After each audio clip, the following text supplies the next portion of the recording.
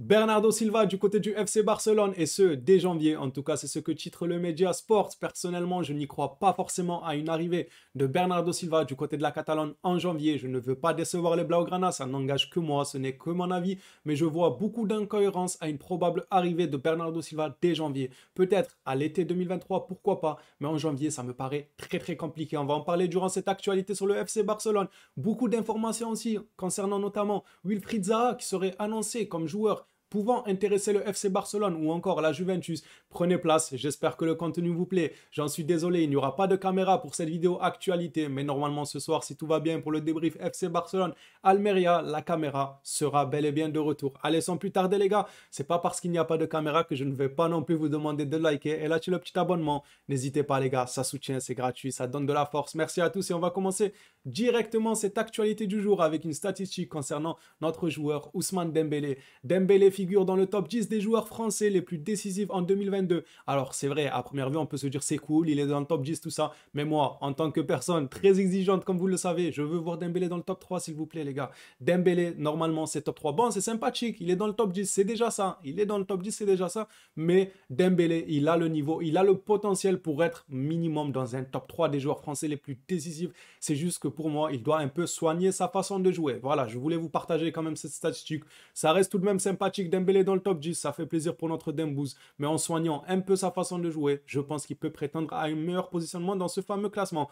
Il y aura aussi des changements de numéro parmi les joueurs Blaugrana. Dès janvier, on nous dit qu'Alejandro Balde prendra le numéro 12, Iñaki Peña prendra le numéro 13 et Gavi prendra le numéro 6. Voilà, si jamais dès janvier vous voyez des joueurs avec de nouveaux numéros, ne soyez pas choqués, c'est tout à fait normal. C'est prévu que ces joueurs-là changent de numéro. On va passer maintenant à une information sur Jordi Alba. Oui, la photo, il est pas content. Il est en train de bouder sur la photo, il fait la gueule. On nous dit Alba était prêt à reporter son salaire, mais personne ne l'a contacté pour négocier. Le joueur est mécontent de la direction car il aurait accepté une réduction de salaire si elle lui avait été demandée. Maintenant, il a l'intention de terminer son contrat. Ah ouais, en fait, c'est vraiment un mafieux, Jordi Alba. Ah ouais, vous m'avez pas contacté, vous avez voulu faire les choses mal. Eh ben écoutez, maintenant, je vais bouder dans mon coin, je vais être têtu et je vais finir mon contrat. Alors sincèrement, cette gestion-là de cette direction, j'avais déjà eu à critiquer cette direction dans le passé. Je trouvais ça mauvais que quand ils avaient des choses à dire aux joueurs, ils préféraient passer par la presse, par exemple sur Frenkie de Jong, sur Busquets, sur Gérard Piqué, sur Alba, sur beaucoup de joueurs.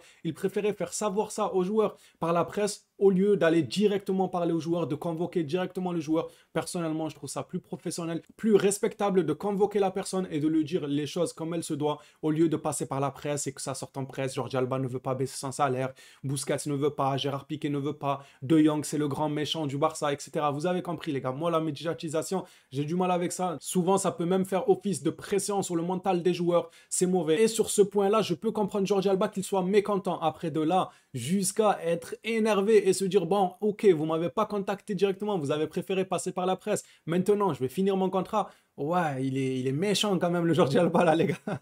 Là il est méchant, il veut rien savoir, il veut pas négocier. J'espère vraiment que Alba et le Barça trouveront un terrain d'entente et qu'il prendra exemple sur Piqué qui lui a libéré de la masse salariale qui fera énormément du bien au FC Barcelone. Et si Alba fait la même chose en allant par exemple à l'Inter de Milan qui se montre assez intéressé par le joueur, ça pourrait être pas mal pour le FC Barcelone et pourquoi pas commencer à rêver d'un mercato hivernal très bon si on arrive à libérer encore plus de masse salariale d'ici là. On va passer maintenant au meilleur joueur de la Liga du mois d'octobre. Et bien évidemment, c'est notre grand Lewandowski officiel. Robert Lewandowski est élu joueur du mois d'octobre en Liga. Voilà, ça fait plaisir. Franchement, ça fait plaisir car il répond présent. C'est vrai qu'il a eu quelques matchs où il y avait un peu de pépins, où on pouvait un peu lui reprocher des choses.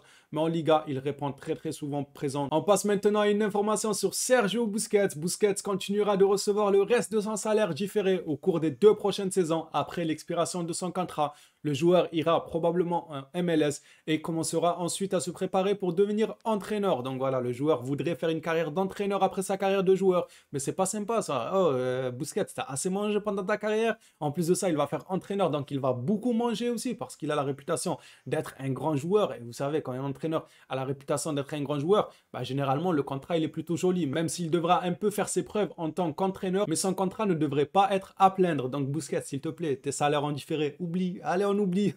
On oublie Busquets.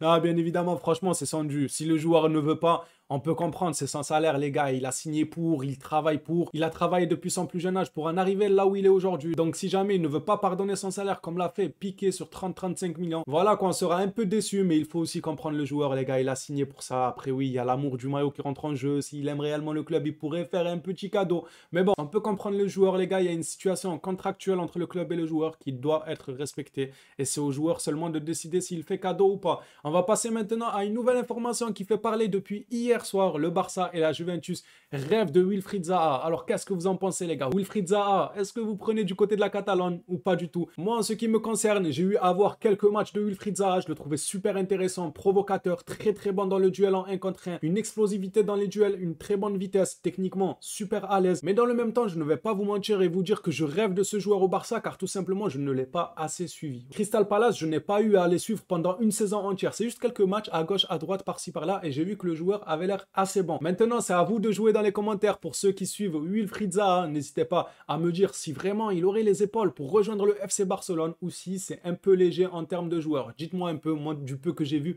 il m'a l'air super intéressant le Wilfried Zaha. Maintenant, je vous laisse la parole. Dites-moi, est-ce que vraiment il aurait les épaules pour le Barça? Est-ce que vraiment du côté de Crystal Palace, il arrive à faire des saisons pleines? Est-ce que aussi il arrive à être régulier? Car nous, au Barça, on a besoin de régularité. On a besoin de joueurs qui peuvent être réguliers sur toute la saison, sur plusieurs saisons même, et non pas nous faire un bon match, et ensuite un mauvais match, un bon match, etc. Ce genre de joueurs, il y en a assez au Barça. Pour finir cette vidéo actualité, on finit par Bernardo Silva. Selon le journal Sport, le FC Barcelone envisage de signer Bernardo Silva en janvier. Le joueur veut rejoindre le club le plus vite possible. Comme je vous ai dit dans l'intro, moi je n'y crois pas. Pourquoi je n'y crois pas? Parce que pour quelle raison il rejoindrait le Barça en janvier? Pour quelle raison? J'aimerais bien savoir quelles sont les raisons. Mis à part si peut-être le joueur aime énormément le club et qu'il veut à tout prix rejoindre ça rapidement. Mais pour moi c'est incohérent. Ce n'est pas cohérent car déjà le Barça en janvier, ça m'étonnerait qu'il puisse déjà signer des gros joueurs à 80 millions, 100 millions. Ça m'étonnerait, franchement. On doit encore baisser un peu notre masse salariale. En plus de ça, de deux, le joueur participe bien évidemment à la Ligue des Champions. Son équipe, City, est une équipe favorite pour gagner cette Ligue des Champions. C'est une équipe qui a eu 0 Ligue des Champions dans son histoire. Et Bernardo Silva peut rentrer dans l'histoire de City si jamais il arrivait à prendre cette Ligue des Champions avec City cette année et ensuite s'envoler vers le FC Barcelone. Pour moi, ça serait le scénario le plus probable. C'est que Bernardo Silva finisse la saison avec City, voit est-ce qu'ils vont gagner la Ligue des Champions ou bien peut-être se faire éliminer et dès la saison prochaine rejoindre le FC Barcelone en été tranquillement. Au lieu de tout saboter comme ça en plein milieu de l'année et de se dire allez, moi je vais jouer l'Europa League avec le Barça et je vais laisser tomber une probable victoire en Ligue des Champions avec City pour leur première de toute leur histoire. Moi personnellement, j'ai du mal à croire en janvier à une arrivée de Bernardo. Après, si ça se fait, vous savez que ce joueur-là, je suis fan. Je suis énormément fan du joueur. J'aime énormément Bernardo Silva. Et s'il arrive en janvier, je serai super content. Mais j'ai quand même du mal à y croire. On va dire qu'il y a de l'espoir, mais j'ai beaucoup de mal à y croire. Dites-moi aussi ce que vous en pensez sur ce dossier. Est-ce que pour vous, c'est probable que Bernardo Silva s'en foute un peu de gagner la Ligue des Champions avec City et vienne au Barça? Moi, ça m'étonnerait fortement, les gars. Ça m'étonnerait fortement, mais je vous lirai dans les commentaires.